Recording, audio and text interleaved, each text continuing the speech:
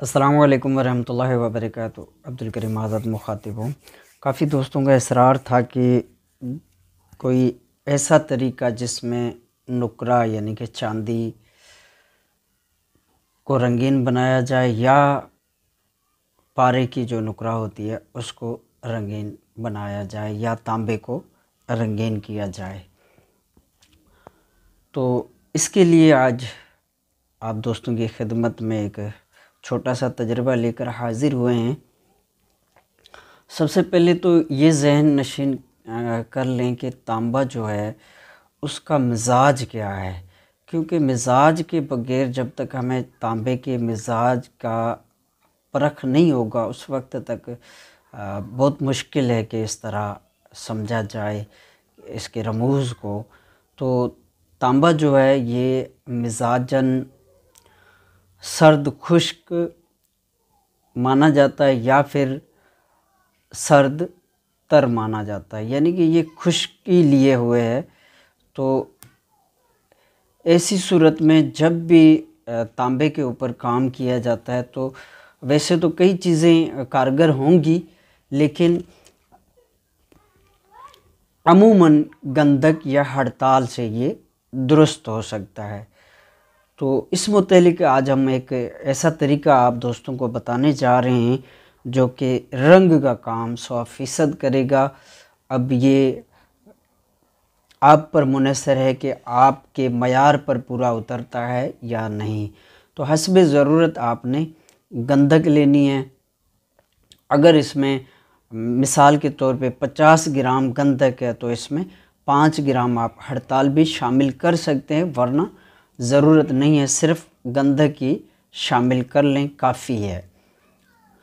तो रोगन नौशांदर हवाई तेल बना हुआ हो नौशांदर का, या किसी भी तरीके से आपके पास नौशांदर का तेल बना हुआ हो, चाहे वो हवाई हो या कायम हो या पानी में उबाल कर खुश्क करके जो तेल बनाया जाता है, किसी भी तरीके का हो, ज़रूरी नहीं है, या फिर आपके पास जौहर नौशांदर हो। तो ये जौहर और गंधक मिसाल के तौर पे अगर आपने 50 ग्राम गंधक बनानी है तो 50 ग्राम गंधक को बारीक कर लें। बारीक होने के बाद इसमें नमक खुर्दनी यानी कि खाने वाला नमक 1 चम्मच 2 चम्मच भी शामिल कर सकते हैं आप। और नौशंदर का जो तेल है, रोगन है, तो वो उसके मुतालिक तो हमने बता दिया कि आपके पास कोई भी तेल हो, किसी भी तरीके से नौशंदर का तेल बना हुआ हो, कोई हर्ज नहीं।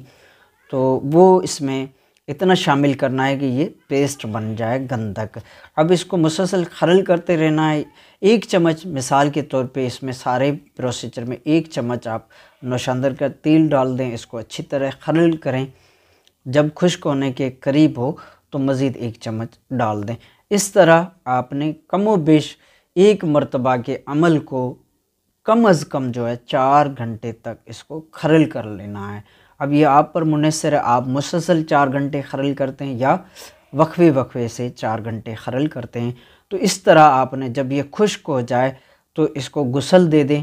एहतियात के साथ गुसल दिया जाएगा ताकि गंधक जो है लतीफ़ होकर पानी में से निकल ना जाए। कपड़े वगैरह से मुकत्तर कर लें, जैसा कि मुकत्तर किया जाता है, इस तरह इसको फ़िल्टर कर लें, पानी निकाल दें, नमक इसका निकल जाएगा, नौशांदर का जो असर होगा वो भी निकल जाएगा।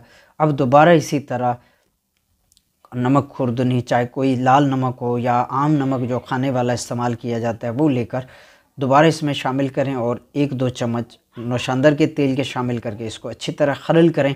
इस तरह जब 3-4 घंटे मुकम्मल हो खरल इसकी, तो उसके बाद इसको गुसल दे दें।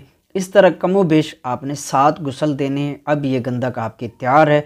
ये आप नुकरा पर तरह करोगे तो रंगीन बना देगा, 24 कैरेट का कलर देगा।